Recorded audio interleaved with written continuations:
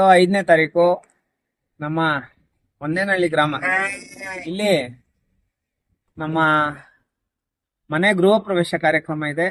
ಸಮಸ್ತ ಜನತೆ ದಯವಿಟ್ಟು ಒಂದು ಕಾರ್ಯಕ್ರಮನ ಯಶಸ್ವಿ ಮಾಡಬೇಕು ಅಂತ ಹೇಳ್ಬಿಟ್ಟು ಈ ಮೂಲಕ ಮನವಿ ಮಾಡ್ತಾ ಇದ್ದೀನಿ. Thank you so much. Jai Bhim.